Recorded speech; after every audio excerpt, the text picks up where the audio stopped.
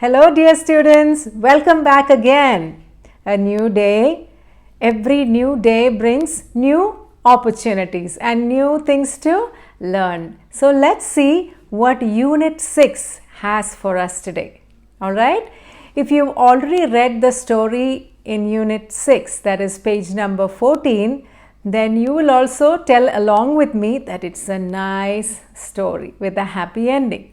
But if you didn't read the story, you can pause the video and read the story and then join us back on the video. It really helps because you can find a lot of new words and it's a nice story and you can learn new spellings, all these things, okay? Alright, let's do a quick run through the story. Yes, turn with me to page number 14. The title of the lesson is The Baby Bird Who Could Not Eat Worms. So, Mama Bird lived in an orange tree. She had 4 eggs that she took such good care, and one fine day the baby birds peeked out and she was so thrilled and she named them John, Eric, Tina and Joe. And the mother bird, like all our parents, took such good care of the babies and brought them such good food, and she would go every morning find the fattest and juiciest worms for her baby birds. But then there was a problem. The bird Tina didn't like to eat worms, so she always shared it with her siblings. One day when she was really weak after not eating so many days, then Mama found that something is wrong with Tina. And when she asked, yes, Tina said, I haven't been eating my food, Mama. I don't like to eat food. So then Mama was like, what do I do now? So the next day morning, she went in search of food. She brought worms for her 3 children, and especially for Tina, she brought an insect in her beak. Did Tina like it? No, she didn't like even the insect. Now Mama Bird was really worried. What do I give? So she discussed this matter with her other friends, which is what we all do, right? When we have a problem, we discuss it with our family and friends. And did Mother Bird get an answer? Yes, she got a new idea. So the next day, she went in search of some berries. And when she brought it back, to her surprise and her happiness, Tina ate the entire berries. So then Mama Bird knew that this is what Tina likes. And Tina also grew exactly strong and healthy like the other birds. And she was happily flying in and around the orange tree very soon. So it's a happy ending. So you enjoyed the story? Okay, let's see what are the new words we learned. Please turn to page number 16. Now when you look at your screen, you can also see the new words. The first one is peeked, looked at something secretly. Relied, trusted. That means you trust somebody, you rely on somebody. Feast, we all like the word feast. It's a large meal. Beak, a pointed mouth of a bird.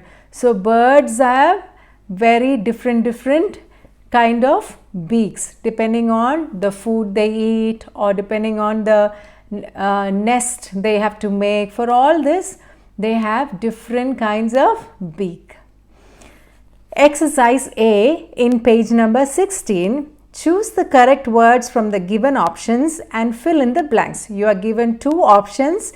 You should pick the most apt one for the sentence. So let's take a look at the first one. The king was fond of his precious, ordinary diamond ring. When you hear diamond itself, you know it's precious. So precious is the answer. The second one, my younger sister blank on me for advice, relies and realize. Rely means we just learned a word. The new meaning, new words, the meaning is trusted. Yes, relied is trusted. Realize means to understand something. So the best word for this sentence is my younger sister relies on me for advice, the first word.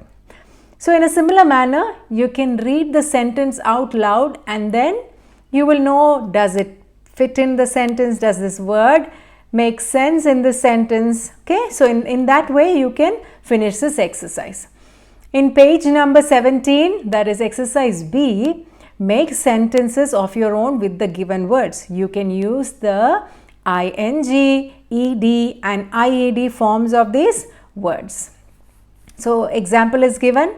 The first example is study, and the sentence they have made is Raza studied very hard for the exam. So study has the study and the y is removed and ied is added. Okay, so when we look at the example and then we move on to the first one, feast. Feast, you can add feasted or feasting. Okay, so second one, scold, scolded, scolding. Okay, and third one, chirped, chirping. So with those words, first you may convert it into ing or ed and then you can make sentence with it. The birds were chirping in the forest, or the birds were chirping in the cage. Then the mama bird chirped and chirped and chirped. So that's another way. You can make sentences of your own, but depending on whether it is ed or ing. So first you turn that word into ed or ing. You can use either one of them and then you decide what sentence you want to make. Okay. Next is in exercise C, answer the following questions. Now this is something that you have to write as proper sentences in your notebook. Okay, you know the lesson well and we have also had done a recap with the lesson, so you will be ready to answer. Just always make sure proper sentence, begin with capitals, use punctuation marks. Okay, and now that you have learned conjunctions in the grammar part, you can add that also as needed. Exercise D. Answer the following questions with reference to the context. What does it mean? Let's take a look. Have you not been eating the worms I bring? Do your siblings take the worms from you? So in this, what do you have to do? You have to answer two questions. Who said the above to whom? What will your answer be? The mama bird said this to Tina. Okay. Then the second one is, did the little bird's siblings really take away her worms? The answer would be no, the little bird's siblings did not take away her worms, and full stop. So in the similar way, you should try the next one. Okay. So exercises are to help you get thorough with the punctuations, vocabulary, spellings, grammar. So many benefits. Okay. And when you write, you will also remember even more. Whatever you studied by reading and studied by listening to your teacher. Now when you write it down also, it's more learning. You become more thorough.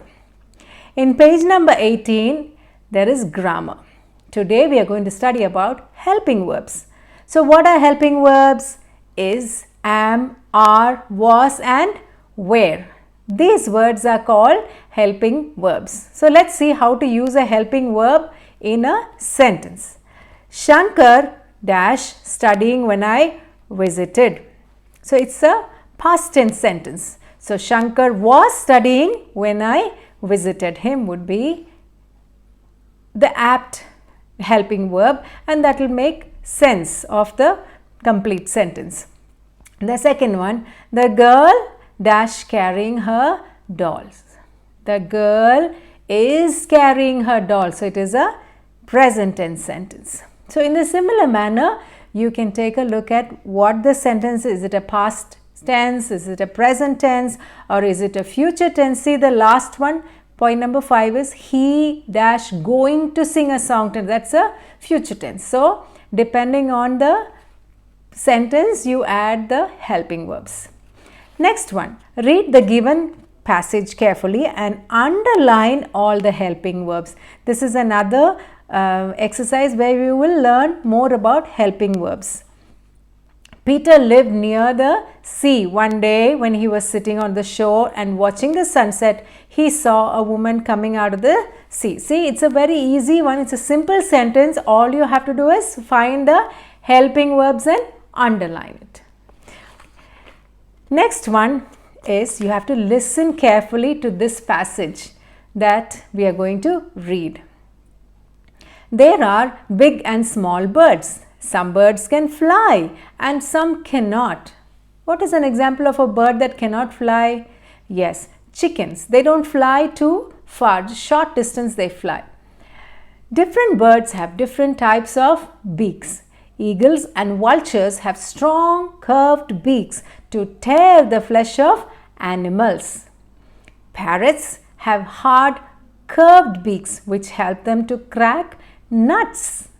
Storks and cranes have long beaks with which they catch fish.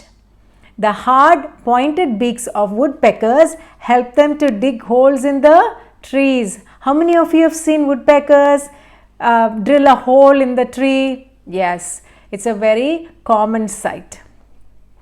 Next one, listen to the names and tell the colors of the birds. This is an easy exercise. You know why? I'm sure all of you have gone to a zoo or even around your house you would have seen these animals, or you would have even seen pictures. So you know what are the colors of these birds, and you can take down your notebook and write this, the bird and then the color. Next one is writing. It's in page number 19. Look at the words given below. They are the names of birds, but they are jumbled. Read the clues given beside them. See, you have all the help you need, and write down the correct spelling. The first one is G-E-L-A-E. We have not heard of a bird like that yet, right? So let's see what's the clue. I fly high in the air. I eat flesh of other animals. So now that's a good clue. We just read about two birds that eat the flesh of other animals. Yes, so it's an eagle. Then we also go down to see the other birds. The words are jumbled up, but you don't have to worry. The clue is right beside it. Okay.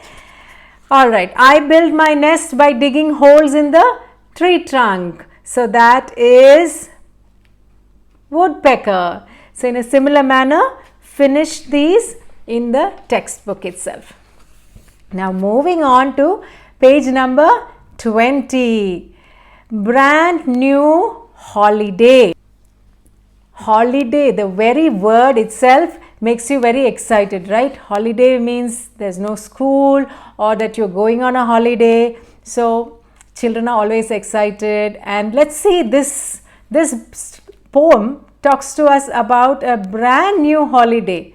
So I'm also curious what this holiday is about. Let's read it together. The rain is coming down in sheets. The sky is thunder grey. No point in getting dressed because we can't go out to play. So bring on the crayons, books and games. The family is in to stay, as I officially declare today pajama day. It's fun to read poems. You know why? Because there are so many rhymings and there's so many fun words and all the imagination of the author. Yeah, the author is Eileen Spinelli. Nice. It's a very fun and a very refreshing new poem. What are the new words? Thunder. It's on page number 21. Thunder, a loud sound that comes from the sky during lightning and during rain. I'm sure all of you would have heard thunder and seen lightning. Some children are not very happy because they're scared of thunder and they'll be closing their ears like this. But then it's part of the rainy day. Crayons. Crayons are wax crayons and colors that all of you would have used right from your childhood days, that is your kindergarten days onwards. You would have used crayons to color. Next one, exercise A. Add ing to the following words. So many words are given, but there's something that you have to remember. What is it? Remember to remove the E at the end of each word before adding the ing. So that's a big clue and really helps you, you know. See, all the words from 1 to 8, every word has an E at the end. So what do you have to do? You have to remove the E and then add the ing. It's a very easy exercise. Did you see the example? Rhyme, R-H-Y-M-E. You remove the E and add the ing. You get R-H-Y-M-I-N-G, rhyming. So like we said, the poems have rhyming words. Okay, let's turn to page number 22. Answer the following questions. Very easy, but you have to take out your notebooks, make proper sentences. Okay, use the correct punctuations and also make sure your spellings are right, your grammar is correct. And whenever you learn a new type of grammar application, try to apply that in your sentences. Now we've learned conjunctions in the first chapter and then helping word in this lesson. So you can try and use these in your sentences. So what is the grammar we are going to learn now? Complete the following sentences by adding has or have. So the first one, I have to go to the market. That's the correct word that you can use in this sentence. Just try using I has to go. No, it's not the right grammar. It sounds funny. Okay. The second one, Joyce dash a little lamb. Joyce have a little lamb. No, it doesn't sound right. So let's try Joyce has a little lamb. Okay. So you can, like I said, you can say it out loud. So when you hear, you will, okay, this is right, this is not right. Okay. So you can understand by that. Okay. So that brings us to the end of Unit 6. I hope you learned new things and you will remember and use them in your English vocabulary while you're writing or while you're speaking also.